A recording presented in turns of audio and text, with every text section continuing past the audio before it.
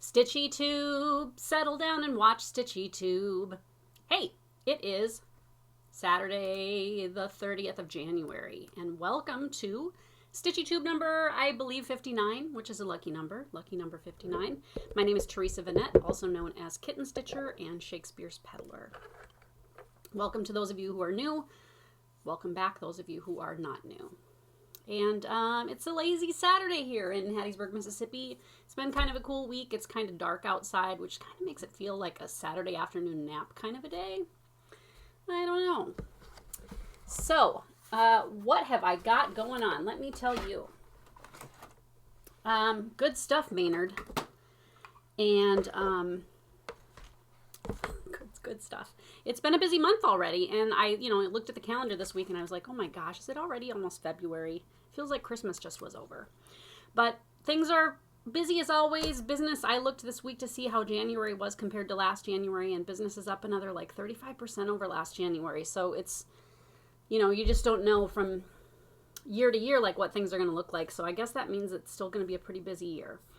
I have had a number of people ask me about the Nashville needlework market that normally is the first weekend of March, which got moved to the last weekend of May, and now that has actually been canceled for this year, not meaning it's never going to happen again, just meaning that this year it's not happening. They didn't want to move it again. They didn't want to try to do, that group of people didn't want to try to do an online show. And so, that kind of news, I talked to a bunch of different designers as things were getting decided, and are you going, our shop's going to go? And there just was a lot of fear still with the pandemic and getting people together. There are risks that, maybe we could just not have to do. So it will be sad not to see everyone. The good people at Yarn Tree and Needlework Retailer always put on a fine show, and it's a ton of work for them, and they just have made it such a welcoming, happy experience. So we're sad, not to be able to participate in the show this year, but it does mean that market season will just kind of blossom into a longer release market. I know some designers have already started releasing things now, things that were ready, and then some are getting things ready, and some will come out later, and so things will just kind of spread out over the course of the year. And what that'll mean is I feel like people aren't going to miss as much this year, because I feel like when Nashville happens, I usually bring back 250 new things for my shop, which is quite a few. And I do market interviews and things like that, which are great, but I think people end up missing, because people don't buy 250 things, right? They pick their favorite, couple or 5 or 10 or 20, and then there's just a lot that they then forget about or maybe just never see in the first place. So it's not necessarily a bad thing. It's not a great thing, obviously, to have market canceled, but everybody's rolling with the punches, and I think it's going to be a good year anyway. Last time I had a drawing for an issue each of the Punch Needle and Primitive Stitcher magazine fall and winter issues, and the winner was Janet Willemon. I don't know if you have French. She said her favorite Christmas memory is that her, on Christmas Eve, she would say, husband.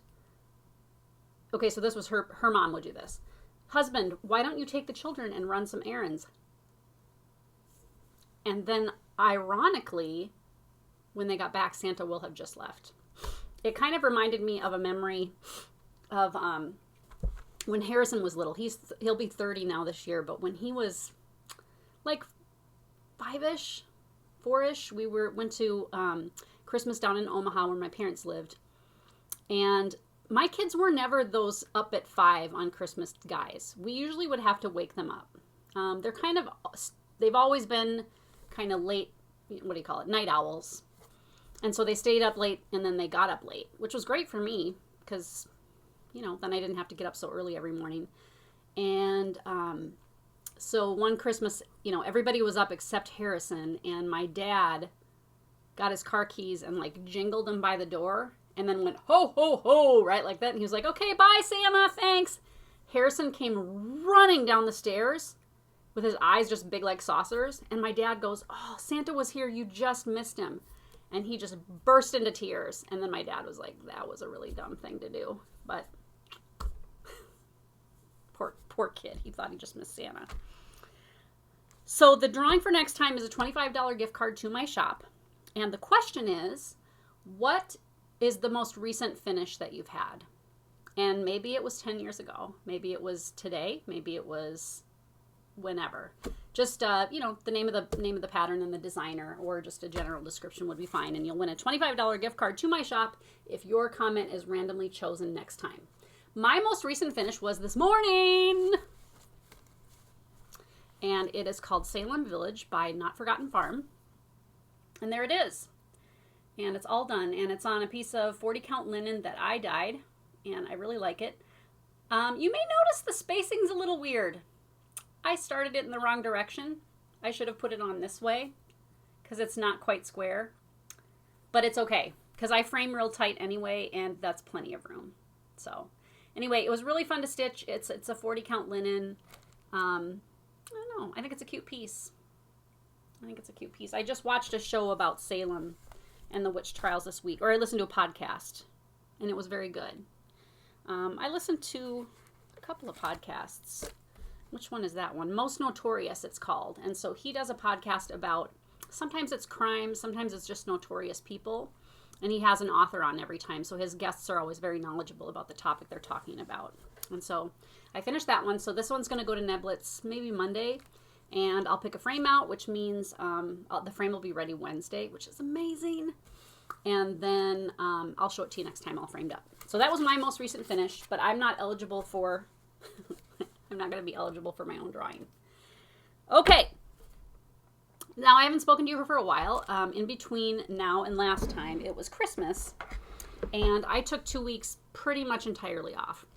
A week and a half pretty much entirely off. I shut the website down for 1 week, and I packed orders up until, I think, Christmas, the Wednesday of Christmas. The tricky thing was Blackbird Designs had a big release show up Wednesday before Christmas, and it was great. The Christmas Rose, if you haven't seen it, I've still got it in stock, and I was like, dang it. So I packed as many of those as I could get done before Christmas, and then I really just did take that week after Christmas off. I took some naps. I kind of just didn't really do much. I think we had Christmas, obviously. Harrison was not able to make it home due to COVID. He stayed put. So we were able to open gifts using our computers and having him be there. So we were together. And then, you know, when I take time off, I'm always like, okay, what do I have to get done while while I have a vacation, right? So it's like, what? And the week after Christmas, I just kind of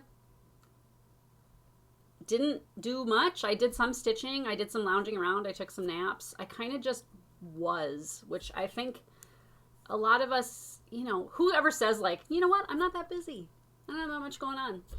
And not very many people, because I think life is just busy. So it was nice to take a week to just kind of like not really do much at all. And I didn't make myself a to-do list. I was like, Therese, just relax and recuperate. This year was crazy. I did start and completely finish a piece during that break. I had, I'm going to go grab it. I did, let's see. Well, that's not it. Okay, so this was, it was kind of funny. This was my biggest selling item last year, besides the Brenda Gervais Coming to America Club and a limited edition kit I did with Lori Markovic.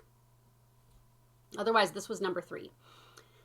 And I sold like 450 or 500 of these things, like tons. And after Christmas, I kind of just, sometimes I like to just sit and paw through my own patterns and be like, oh, look at this, look at this, look at this. And it's pretty. And I sat down with this book because I have it in my own stash. And I opened the first page and I was like, I have never once opened this book. I didn't even know what was in it. I've never looked at it. I mean, I've handled it hundreds of times, but I never looked at it. So I was kind of flipping through, and right away, I think it's the first project, I saw this project called Rose, Hips, and Ivy. And let's see, I'm going to hold this up so you can't see the pattern. But I want to show you, so there's the, that's okay. There's the picture of the drum, right? And when I looked at the chart goes over several pages, and I'm not going to show you that. But when I looked at the chart, I was like, gosh, that's actually a really cute project is really cute. But I was like, it's too bad that you can only, on a drum, you can only see a little bit at a time, right? Because it's round. So I decided that I was going to do it and finish it to be like a pincushion. And so I did that. I found a piece of fabric in my scrap bag that's right there. And that's where I keep strips of fabric and small squares and remnants and things. And I use it for other projects. And I went ahead and stitched it. I think I used the called for threads and then just substituted some things if I didn't have what it called for. And it was on just a scrap of 40 count coffee dyed linen. I'm sure it's a piece of R&R or something like that. I did add my initials down here, and I did add the year here. And then I added buttons on each basket, which I thought was really, really cute. And then I finished it into a pillow, and I made the end, I sewed the end closed, and then I attached buttons in different ways. You don't always have to attach a button the standard way, right? Sometimes I make an X, sometimes I make a square, sometimes I make 2 lines, right? So you can just do, they're just old buttons. And then I used a homespun on the back that I think it was a Blackbird Designs homespun. And I added a little scrap of linen with a button on the top of it. Just because I don't know why I like to do that. People are going to be like, oh, that's old button back. We don't know much about her. But anyway, really fun little project. Love being able to see the whole design at the same time. I did send a picture to Barb and Alma, and they were like, OMG, that's awesome. So anyway, highly recommend the project. It was really fun to stitch. Not that many colors, and you for sure could substitute colors and make the bird whatever you wanted to. But just another great project from that book, and I am, I got to look through it and see if there are any others I want to do. I'm at the stage, in the pandemic here where my hair is, because I got to go get my hair cut, but it's like, I'm busy and I'm social distancing. Okay. I did get other things done over Christmas because my New Year's resolution, my real New Year's resolution this year is stitch every day. And that was kind of born out of just the craziness of last year and how much was going on. I really didn't get to stitch very much last year. And I like it. I think some shop owners and designers even, when you work your hobby, sometimes the hobby gets to be work. And I still have always really enjoyed stitching. I mean, sometimes, just like anybody else, I go through a funk where I don't feel like it. But I really do still love to stitch, and I love to stitch what other designers do and try new products and play with my scraps and pieces. And so stitching every day is great, even if it's only for 10 minutes. And I think that's about the least I've done so far is 10 minutes. But it's just really nice to, I'm finishing some projects and I'm sitting down and taking a deep breath and relaxing, so that's great. So some of the stuff I've been working on, this one is a full finish, and I just framed it this week. I got the frame from Neblets. It's kind of a burl, kind of a burl wood frame, and it's by Lottie Dots, called Rejoice, Always Rejoice. I believe it's only 4 colors, and I think I used some of the colors, like 2. And then I substituted in maybe 2 Victorian motto I'm not really sure. I just kind of played around with it. I think it's really, really cute. I kind of love the sentiment. The world is an amazing place. And I hit 50 last year. I'll just continue to hold this up. I hit 50 last year. And I just find myself this year being continually amazed by the world. I would look at birds and I'm like, how are we not continually amazed by birds? These animals that can just be like, I'm going to fly up to that tree. That's amazing. I don't know. The world is a big, wonderful, beautiful place. And sometimes it's not, but mostly it is. So Rejoice, Always Rejoice is a good reminder that every day you should just try to be happy and thankful. Yeah. Okay. So that was one finish. I did that one. All right. I finished and fully finished Anne Grimshaw by the Scarlet Letter. And I have sold a ton of that chart in the last year too.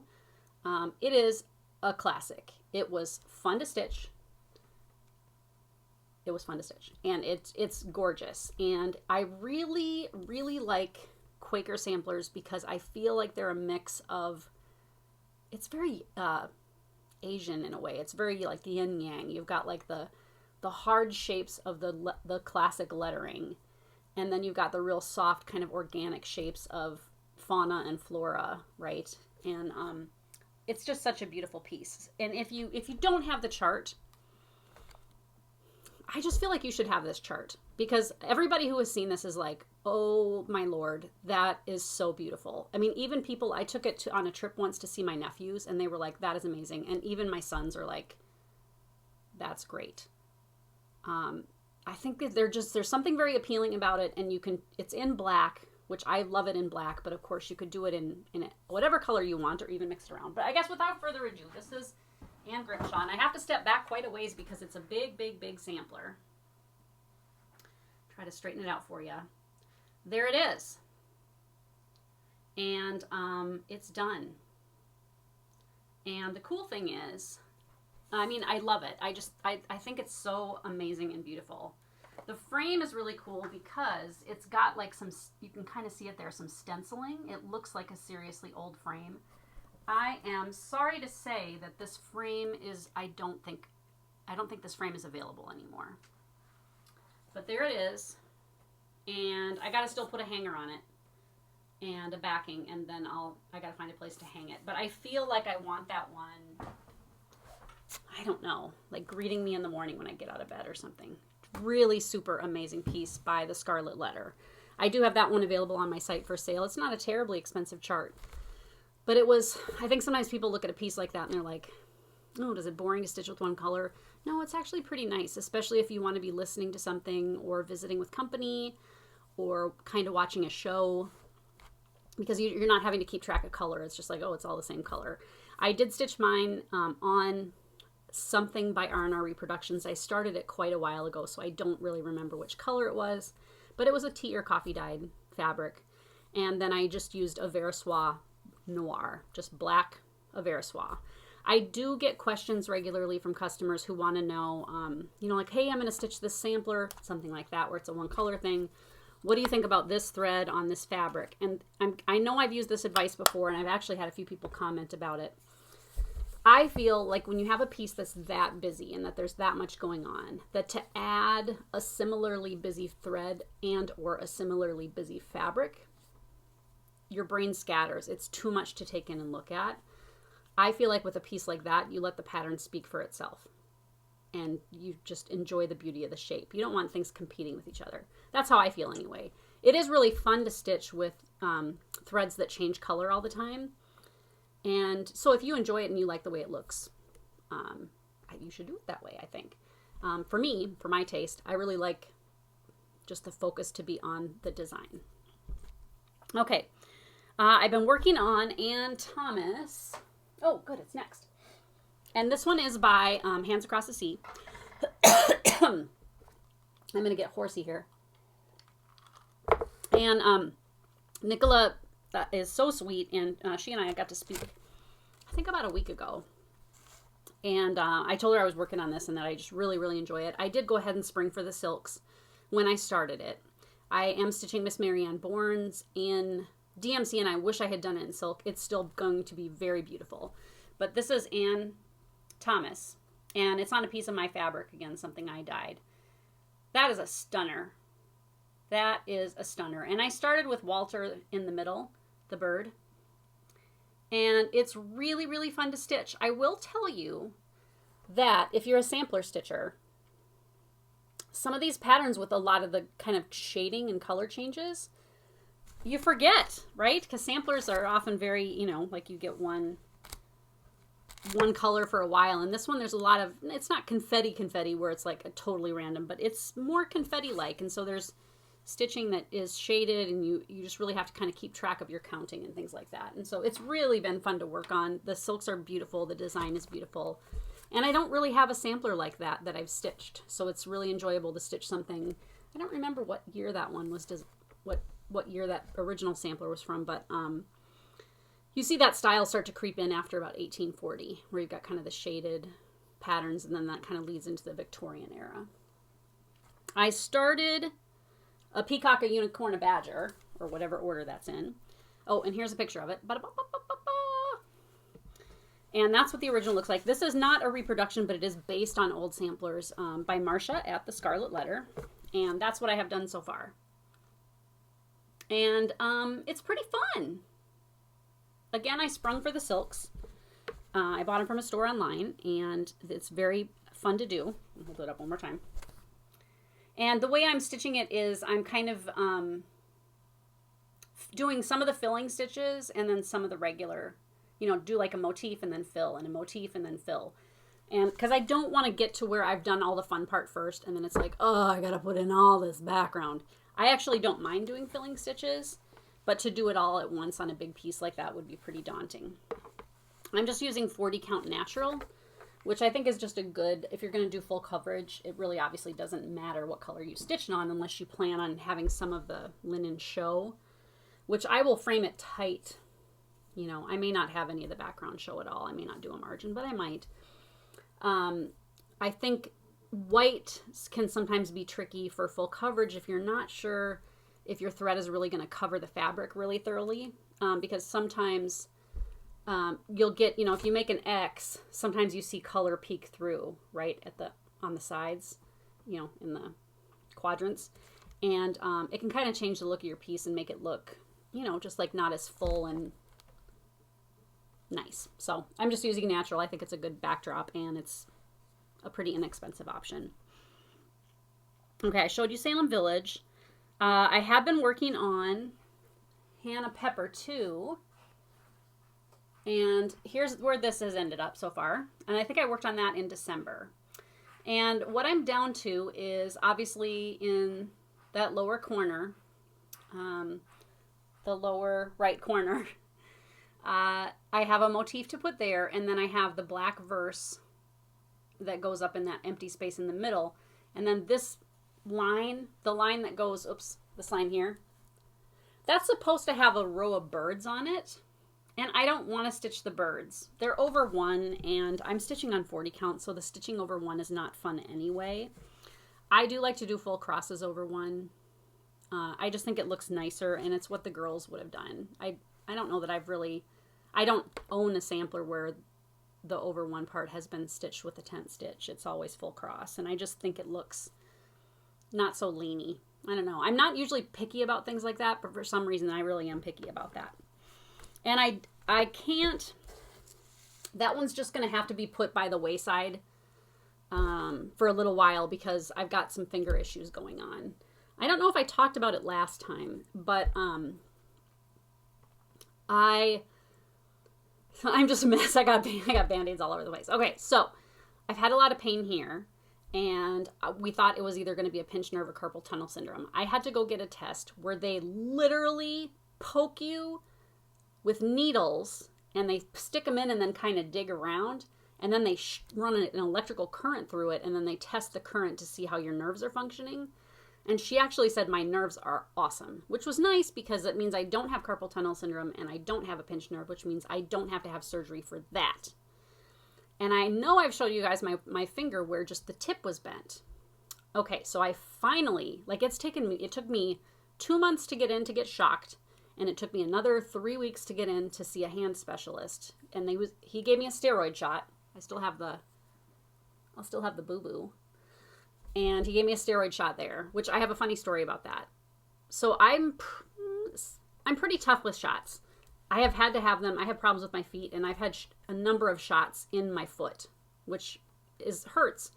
And the last time I had one, they gave me a steroid shot into my heel, and my doctor was like, that was the smoothest one of those I've ever had. You're really tough. But so when the doctor had to give me a steroid shot to kind of help with inflammation here, he said that his dad called him one day and was like, hey, can I come in and get a shot? I'm having trouble with my hand. And the doctor said, yeah, sure, Dad, but it's going to hurt, just so you know. And his dad was like, yeah, I know.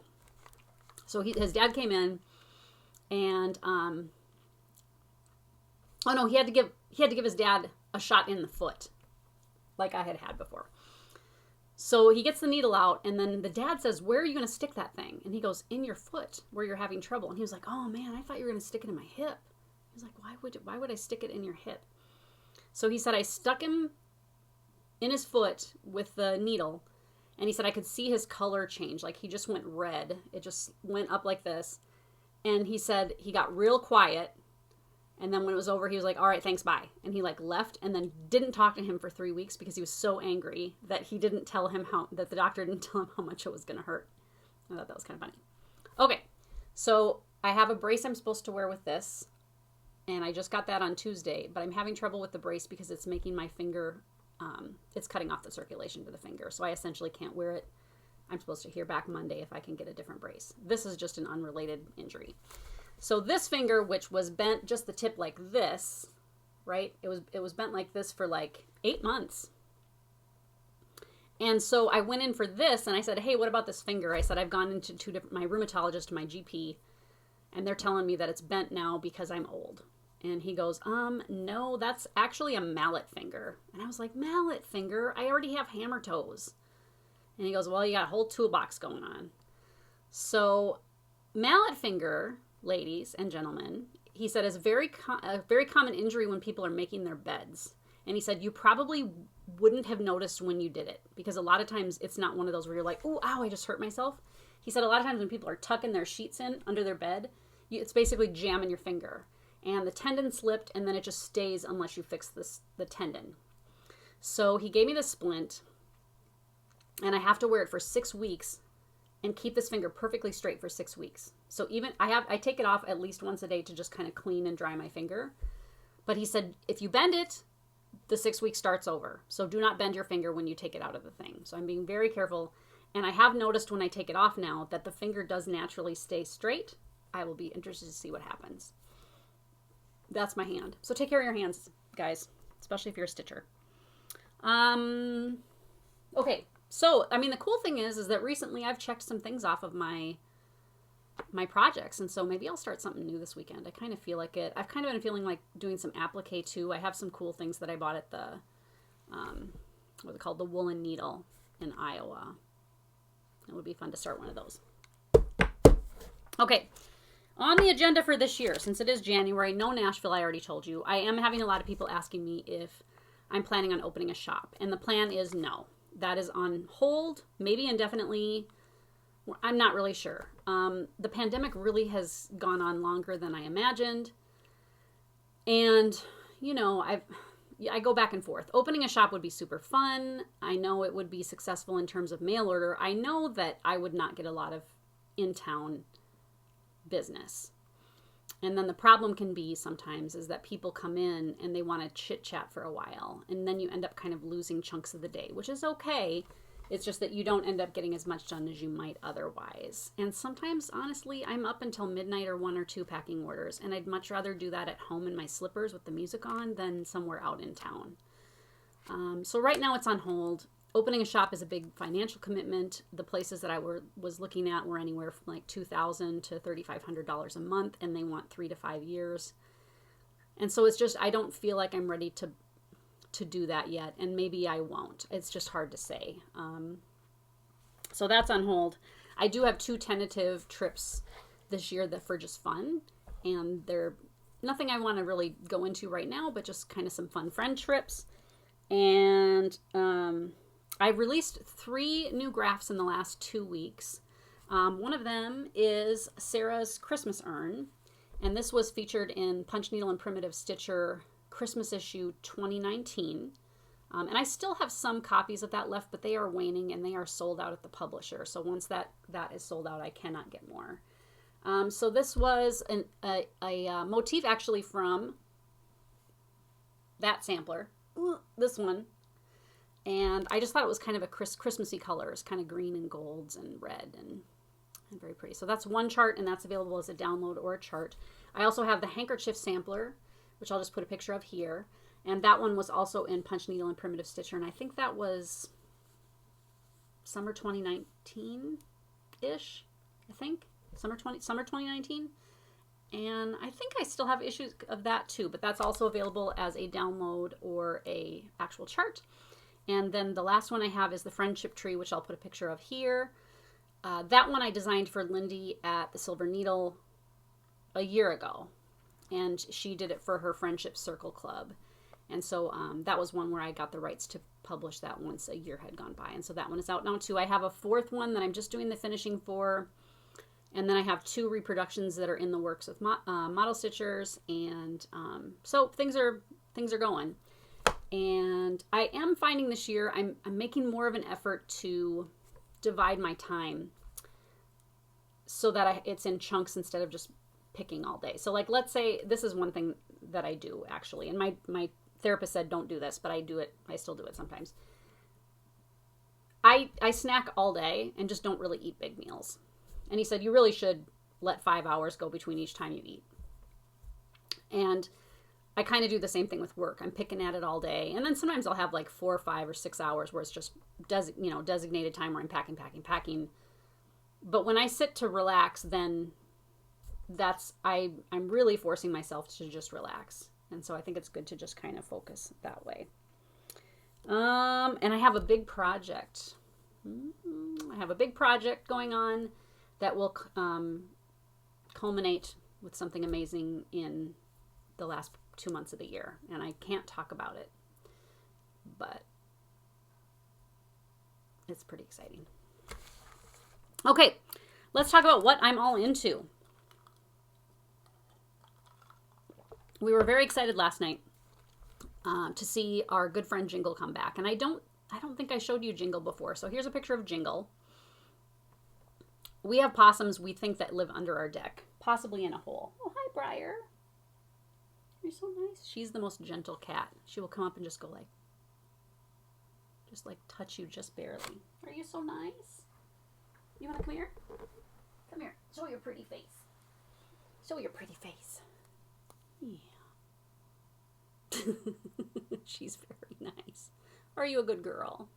So Jingle is a possum, and we have a family of possums living under the deck. We think Mom and Dad we've only seen one little one who we call Jingle because he showed up on Christmas during the day, and the picture that I showed you was him. He came out in the middle of Christmas Day and ate seeds off our deck, which is really cool because they normally only come at night, and so then it's harder to see them.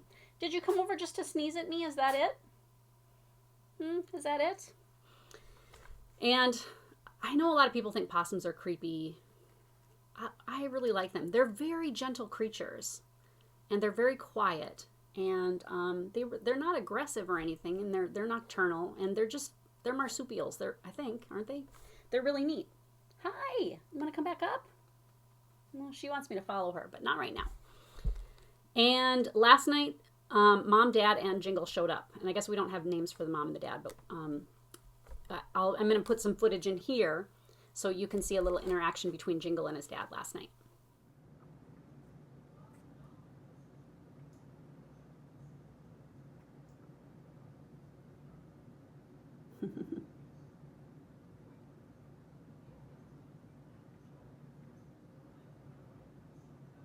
Oh, he's coming back. It's pretty fast.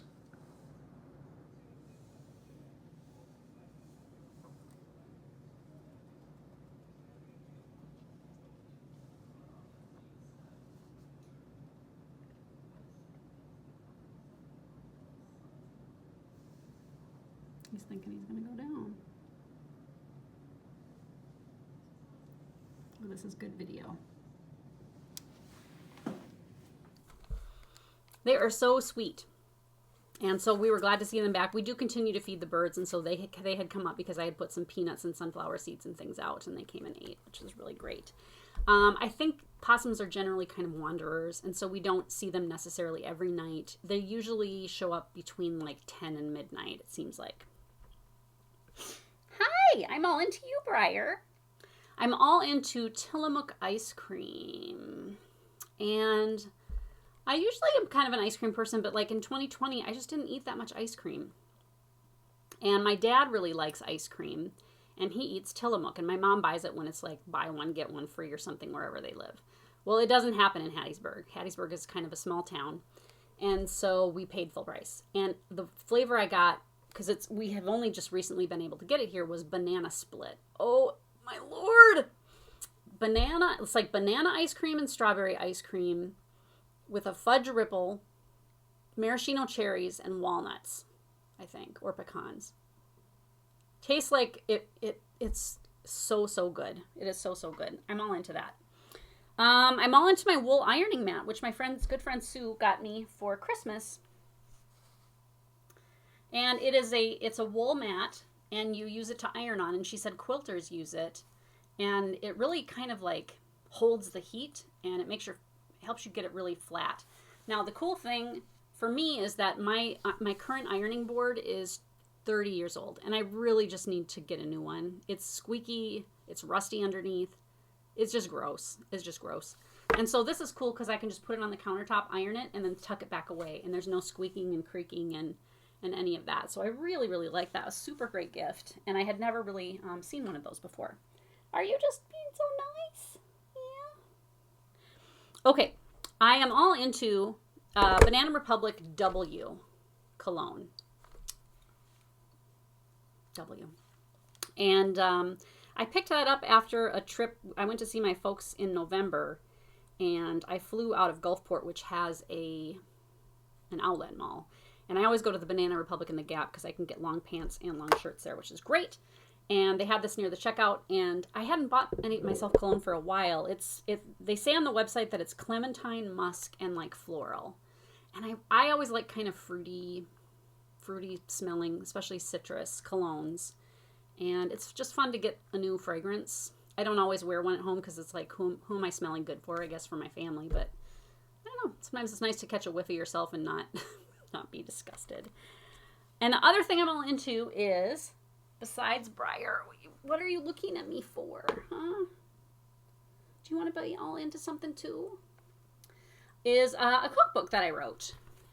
I made a cookbook.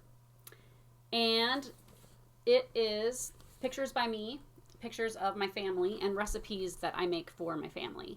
And Graham moved back last July, but you know, Harrison and Graham, when they have not been living here, sometimes will say like, hey, how do you make the thing that you make? Do you have the recipe? Can you send me a screenshot? And so I thought, well, Matt, why don't I make a cookbook? And so I gave it to them for Christmas. And I gave some to family members too. And they're just shots of my family and tips about cooking and things like that, with pictures from here and there, pictures from the past and such, and then I don't know, I guess the recipes that I made most often that wasn't just like a general assembly kind of a recipe. I really liked this picture of myself that I found in my old photo album. So anyway, it was kind of a fun project. I had them printed by Vistaprint. They're not cheap when you're just getting a few. I think I made 25, and I've probably got 6 or 7 of them left. I've given them to some relatives and people that have asked for them, and so it was kind of fun. And I'm actually thinking that some of my charts now, I really kind of want to see how this went, that I'm going to start to have Vistaprint print some of my charts for me, because they did a really good job. And this was 32 pages or something like that, and so for a chart size, it's a lot less expensive to have them printed. So that I'm all into that too. What's under your feet? Nothing. That means that's what I'm all into this week. Briar. She doesn't normally get all lovey-dovey when I'm shooting. You just feeling happy today? So I had a list of 10 that I came up with. Let's just put you like this. A list of 10 favorite stitching memories. And this is just kind of general memories that I have of needlework or the needlework community or stitchy friends. This isn't my top 10. It's just 10 that I thought of today when I sat down to make a list of 10 favorite stitching memories. Yeah. Number 1 is going shopping at the Nordic Needle. The Nordic Needle was a needlework store in Fargo, North Dakota. And we actually lived on West Gateway Circle, and I think the Nordic Needle address was like on Eastgate Drive or something like that. Basically, I could walk to the Nordic Needle. And so I would take my babysitting money, and I was talking about it with Graham recently. Like, I would make sometimes less than $1 an hour. And so if I would go to babysit sometimes. There was this one young mom, and I think she was a single mom. She probably didn't have a lot of money, but I would babysit her son for her, and she would be gone until like 1 in the morning, and her house was freezing, and there was nothing to do. She didn't have cable, and I would just sit on the couch and like shiver and try to listen to the radio, and she would come home and give me like $3 and then drive me home, and I'd be like, oh, that was a hard $3. So I would take my money and walk to the Nordic Needle and like just look at the charts and the fabrics. And I just remember I was talking to somebody this recently about shepherd's bush kits. They had a bunch of shepherd's bush kits, and those were some of my first forays into like specialty stitches and samplers. And it was just really fun to just go and browse. You know, I learned a lot. I looked at projects and kind of developed a taste for what I liked and what I didn't like. I used to enter they would have a contest every year, and there was like a people's choice, and it was just really fun. And it was cool to grow up so close to something that was so big. I know a lot of people over the years, when I have said like, oh, I grew up on the same street as the North Needle, essentially, they'd be like, oh man, that's amazing. They used to, at their zenith, send out, I took a tour once. They used to send out 100,000 not magazines, 100,000 catalogs. When they would get their new catalog in, they shipped to them shipped them to 100,000 people, which is just amazing. It was a very neat store, and the cool thing is they had not only cross stitch, they kind of were famous for their hardanger because, you know, all the Norwegians and Scandinavian people in that area. And I took some classes there, but they also had like Brazilian embroidery, you know, cut work, beading. They had all kinds of things. And their fabric choice was okay. They had bolts, and you could buy inches off the bolt was the only way you could buy fabric. But their thread selection was amazing. I mean, they had so many kinds of threads, and then they had a huge wall of like Mill Hill beads and charms and things. And kind of as the years went on, it seemed like they started to slip into where they still had a lot of the specialty things, but it got a lot more mass markety in that, you know, it was a lot of dimensions kits and things like that that were, you could find at other places. And I really liked it, you know, that they had things that you just wouldn't really see anywhere else. Okay, stitching memory number 2. I put specifically the Farm Girl Retreat from 2020. Which was the Brenda G retreat in Amana. And it was so fun. I got to spend a lot of time with my friend Jen, and we flew there together, and Brenda had some great projects, and her booth was really cool, and we went to the Woolen Needle, and we shopped around at antique stores, and it was really, really just fun and nice. And, you know, I've been to a fair number of retreats in my life, and I've run a fair number of them as well, and they're always fun. There was something I think uniquely fun about me just being at a point in my life where I didn't have, you know, my kids are grown, and to just have that, like, just like, I'm going to go and I didn't even think about work really. I just went and had fun and just enjoyed myself, and it was just a great time. The stitchers were so nice. And it was just a lot of laughs and a lot of hugging, which I'm getting so much better at, and it just was a great time. It was a nice time of year, even in the fall. Number 3, Galleria, and I've been to Galleria a number of times, but I'm going to specifically, Galleria 2018 and 2019.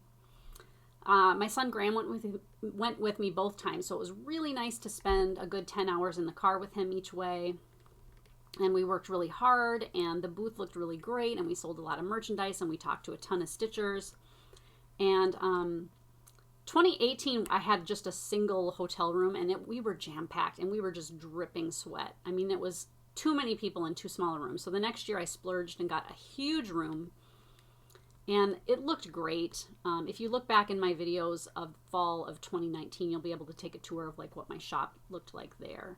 And I had somebody reach out to me and say, you know what, that was one of the happiest days of my life. And it's like, wow, that's really cool. I had a lot of really great stuff. I had a lot of really great helpers who came and helped me set up and tear down and run the show. And it was great. It was super fun. Super fun. Number 4 is the Dying to Stitch Retreat. I got asked once upon a time to go teach at the Dying to Stitch Retreat with Shepherd's Bush and Jeanette Douglas.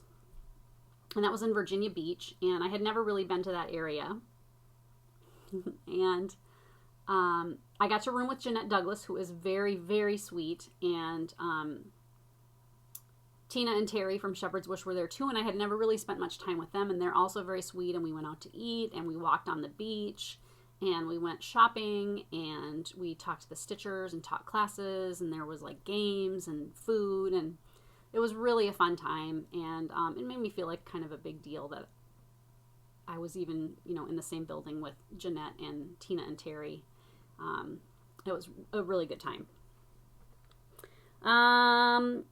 Happy memory number 5 would be stitching with my friend Jennifer. She lives here in Hattiesburg, and we haven't gotten to spend much time together since the pandemic started.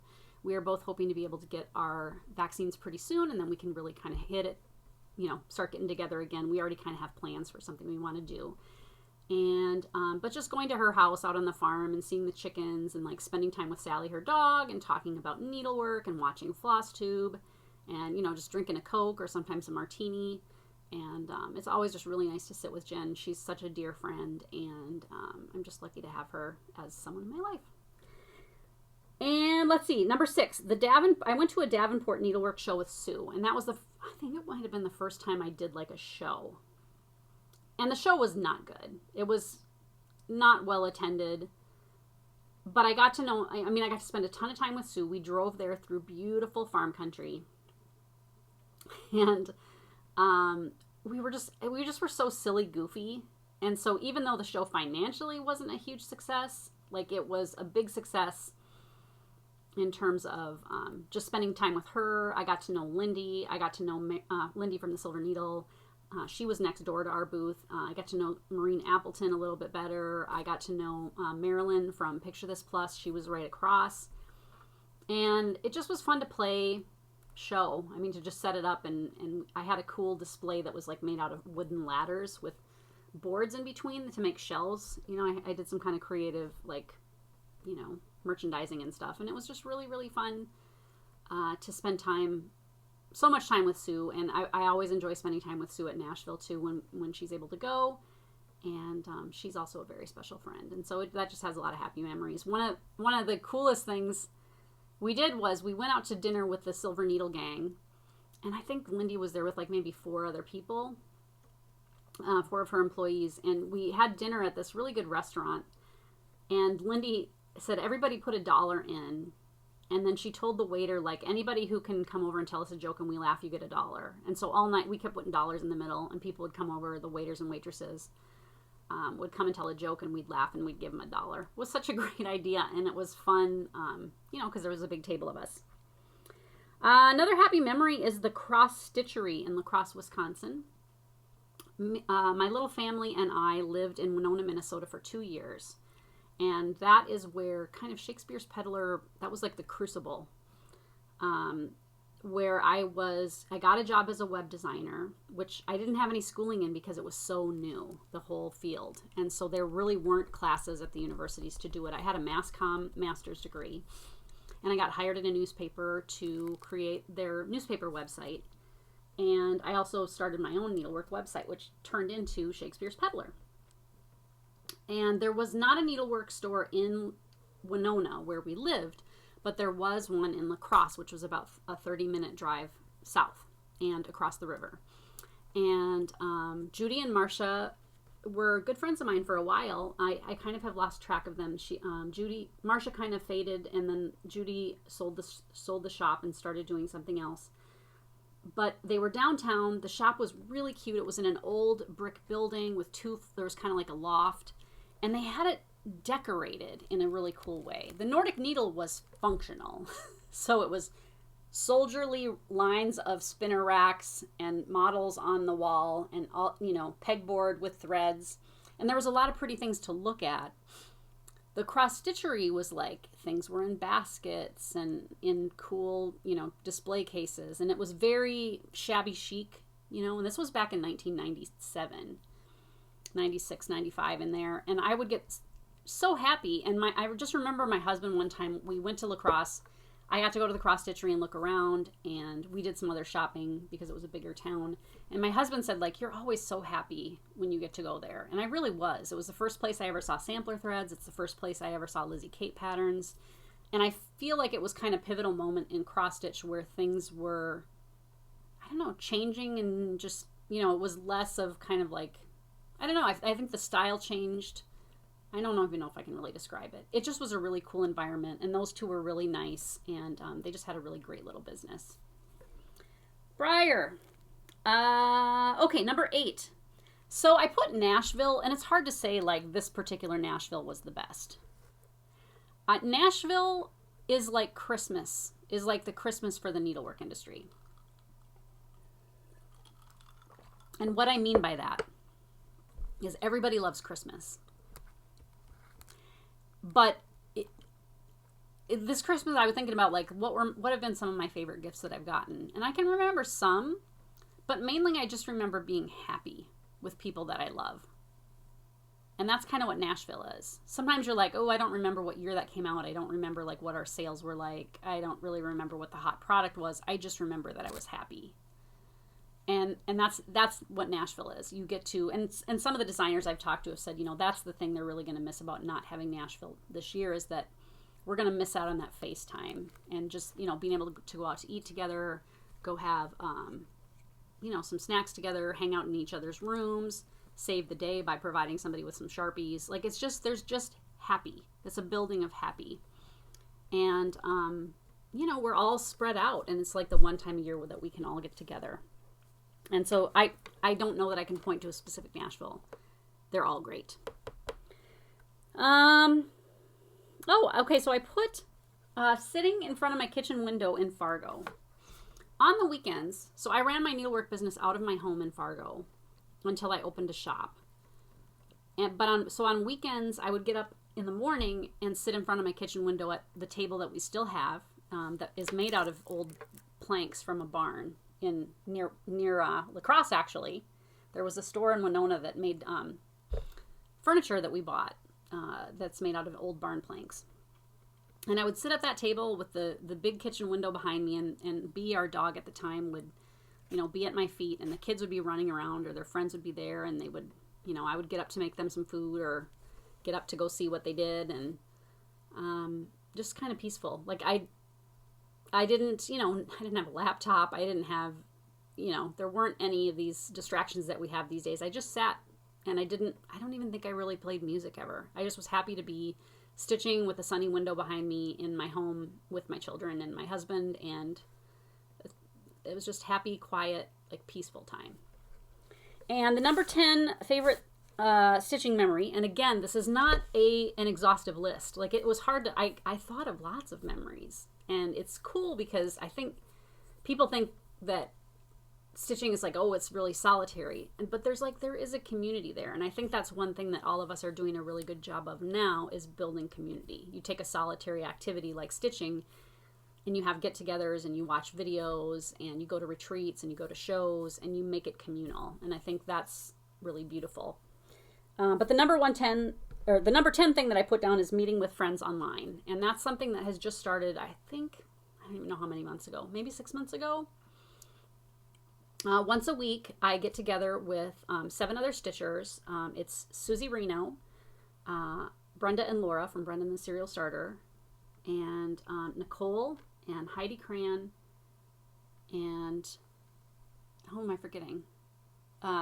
Christy Muir, and Carol Saltbox Stitcher, and me. I think that was everybody. I hope that was everybody. And so we get together and we just stitch, and we talk about what's going on in our lives, and we laugh, and we talk about our needlework, and, you know, it's just really nice. I think a lot of us maybe don't have local friends. I do have some very good friends of mine that don't live anywhere close. And so it's fun that there's this technology now that allows us to get together and just sit and stitch. And it's not the same as an in-person thing, but none of us have to get dressed up or leave the house or even smell that good, right? We can just sit and talk on our thing, and when we're done, we just shut it off, and it's pretty fun. It's really cool. And I did teach a class. I have done a number of Zoom classes too with different groups and things, and it's just really neat that there's this technology where we all can see each other's faces and talk and ask questions and show off our goodies. And just like I said, I talked to Nicola the other day, and it's what a cool time we live in. It's really, really cool. So that's my list of 10. And again, if you feel left out, it doesn't mean you're not a favorite. It just means you didn't make the list for whatever reason. Okay, Stash Flash. Oh, okay, cool. So I do want to show, this isn't really a Stash Flash. This is just kind of a little tip from your Uncle Lair. My dad watched a comedian once, and he had something about The tip from your Uncle Lair. We used to say that all the time. So the Hannah Pepper sampler, I actually organized my threads this way on a thread palette. And I don't remember where I got this. I think I used to carry these. I do carry other thread palettes right now. I don't remember where this particular one came from. You'll find some in the tools section of my website, but you can find them lots of places online.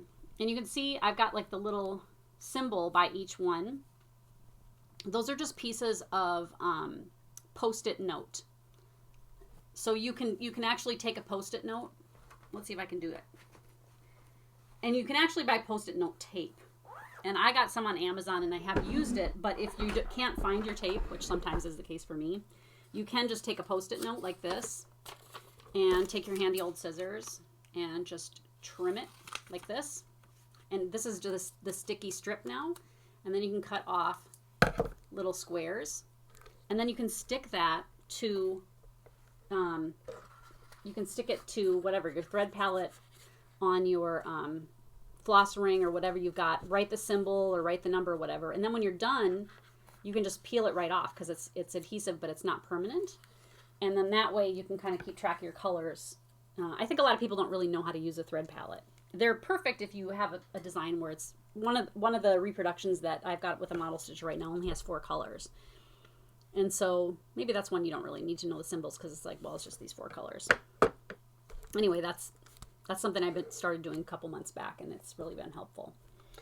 Okay, color and cotton threads I got the other day, and I opened them, I think yesterday, and then I haven't even really looked at them.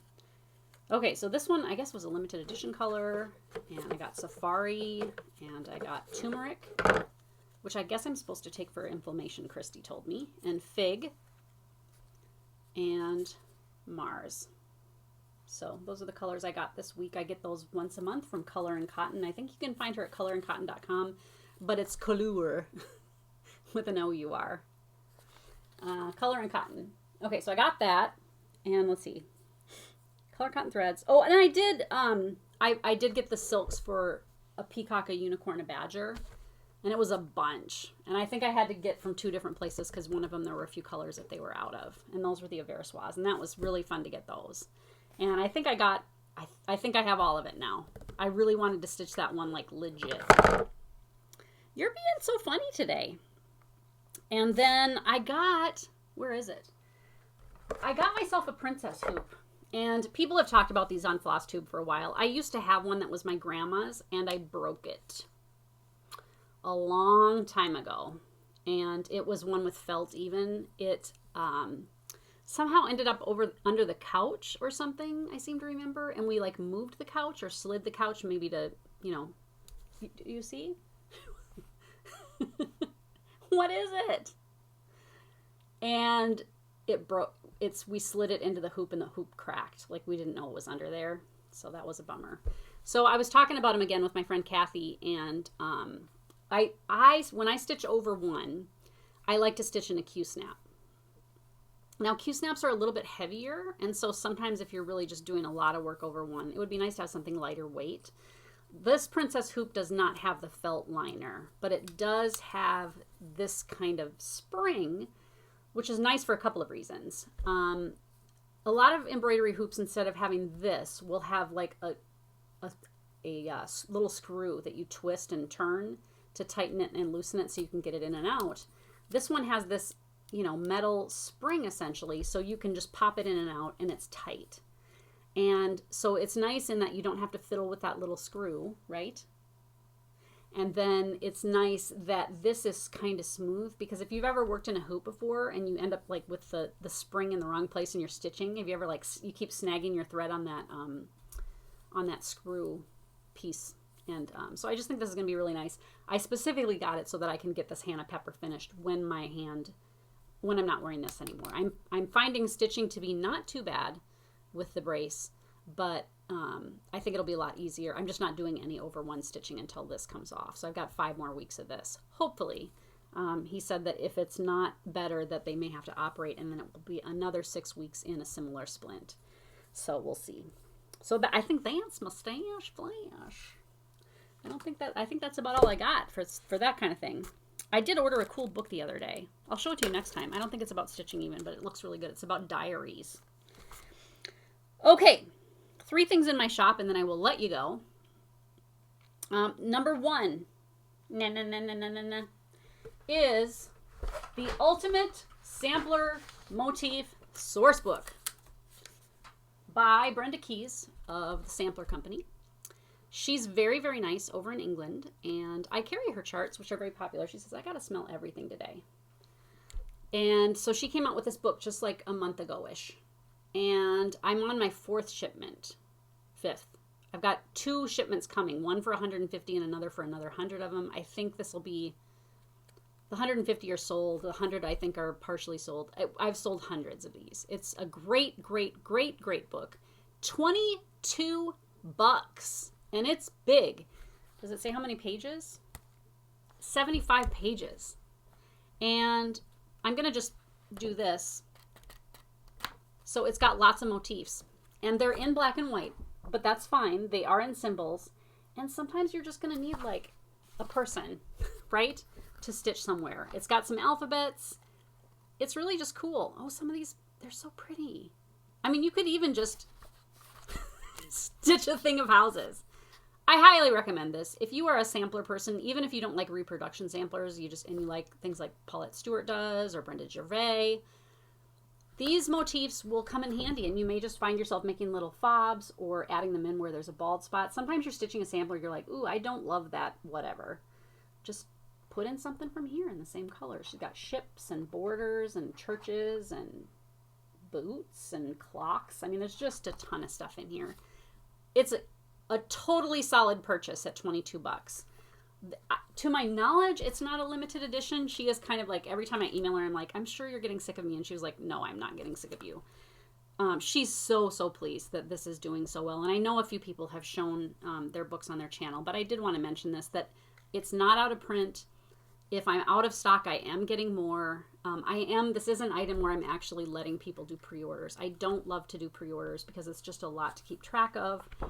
And I find that there's just a lot more communication that has to go on with the pre-orders where people want to add to their order or whatever. It's just a lot to keep track of. But I just don't want people to fret that they're going to miss this. You are not going to miss it.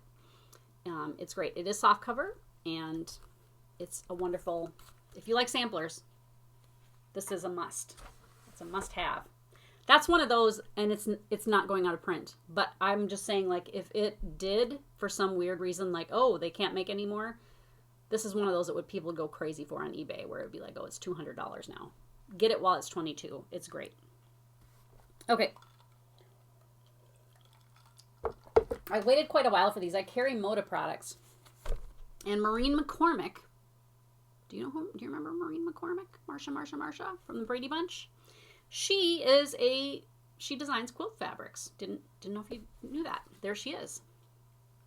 Maureen McCormick. And I've been waiting for this stack for a while. It's called the Bloomin' Bunch, and it's fabrics that she designed with a definite Brady Bunch kind of happy-go-lucky 70s vibe going on. Happy fabrics. This would be a super fun pack to get if you like to make project bags or, just do finishing and things like that. I'm sure, how can you not be happy looking at those colors? It totally takes me back to like banana seats and the ice cream man, and you know what I mean? Just like catching fireflies in jars. Like, it just takes me back to childhood. I was a child in the 70s. And I just think it's very, very cheerful. And Moda's they're very high quality fabrics. They have the same place overseas that prints their fabric every time, and that's why their fabrics are a little bit more expensive, but they're very fussy about colors being precise.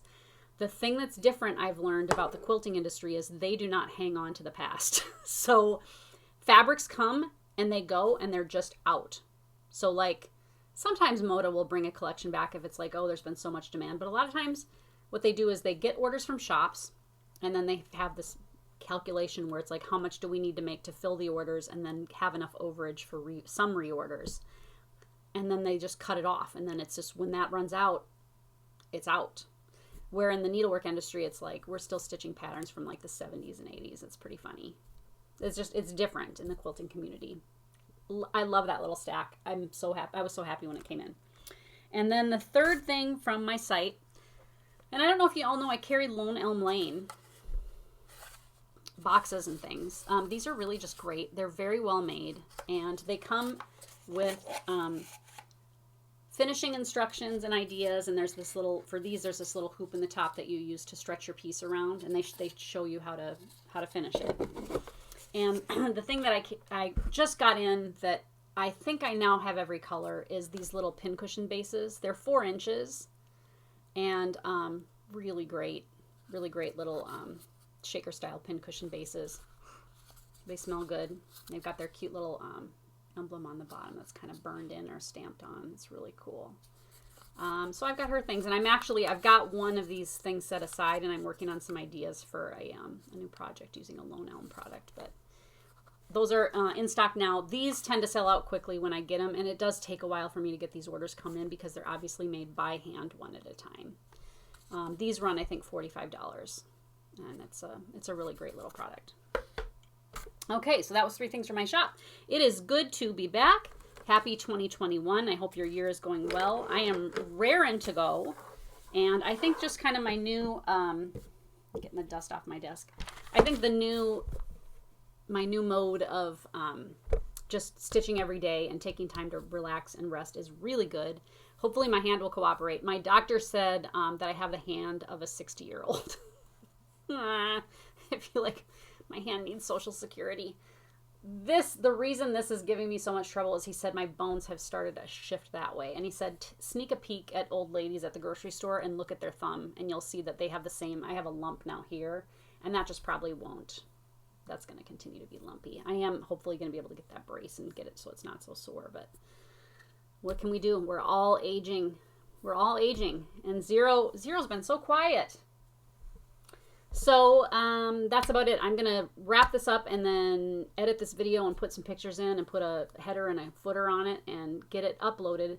We are getting, what do they call it? Fiber optic internet in like a week and a half. They're going to come and install it. It's already in our yard. They have to just do some things in the house, I think. And then, I mean, our internet is fast now. It's going to be great. It's going to be great. Uploading videos is going to go a lot quicker. Right now, it takes me about an hour to upload an hour-long StitchyTube. And I'll be super interested to see what that gets cut down to. So it was nice to spend time with you. I hope that you can get some stitching done this weekend, as I hope I can too. And I will see you next time. Bye!